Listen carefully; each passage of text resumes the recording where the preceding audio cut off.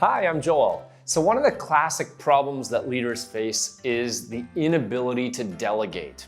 And one of the classic excuses that leaders make about this is they say, the people I work with, I try to delegate, but then they don't do the work. Well, I can't necessarily make people trustworthy, but one of the most useful mental models I've come across for this is called the skill-will matrix.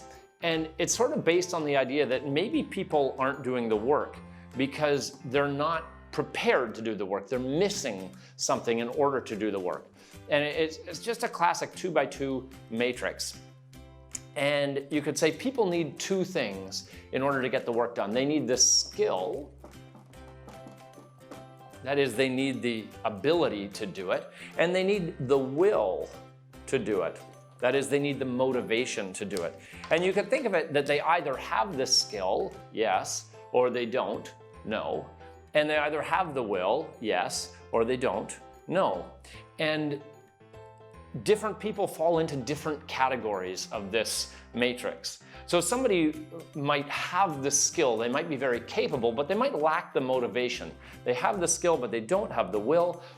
What do we need to do as a leader if we come across, a teammate who has this? Are we ready to delegate to them? The answer is no. What we need to do is encourage them. Somehow we need to motivate this person to want to do this work or this particular task. And the key here is that we have to motivate them by their reasons, not ours.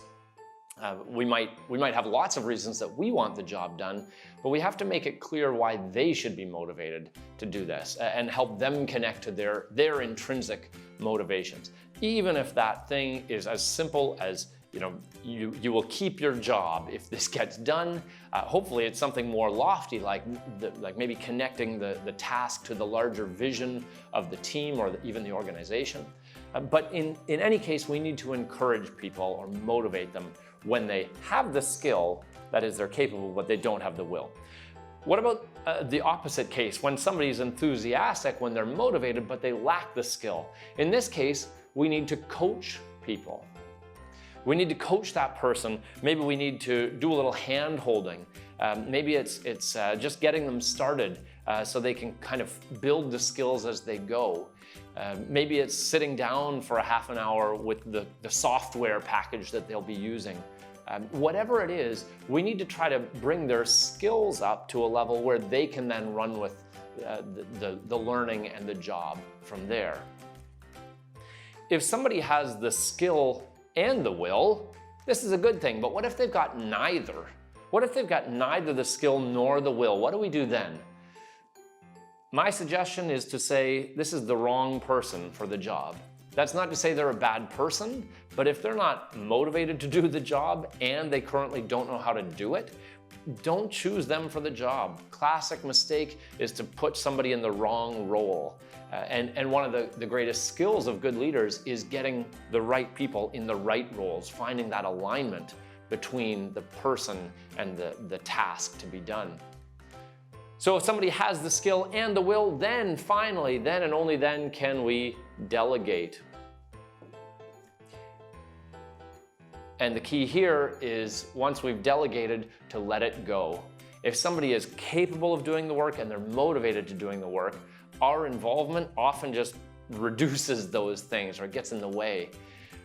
I would say people are most motivated to do their best work when they have autonomy and some freedom in their jobs. So look for opportunities to delegate when people have both the skill and the will, but don't delegate in the wrong situations. Don't delegate where people are lacking either the skill or the will. If you can do this, you'll probably be a more effective delegator, and you'll probably see a much greater return on your energies when you show up for that next meeting and the work is actually done. I think what this taught me is knowing when to delegate and when not to delegate. Don't try to delegate in the wrong situations. And often ineffective leaders never delegate because they're not good at figuring out where the skill gaps are in people or where the motivation gaps are in people. If you can find those things, you'll be much more effective. So I hope that was useful for you. Don't forget to subscribe. Click below. You'll get all my latest updates many more mental models, and I hope that you have a great day. We'll be in touch soon.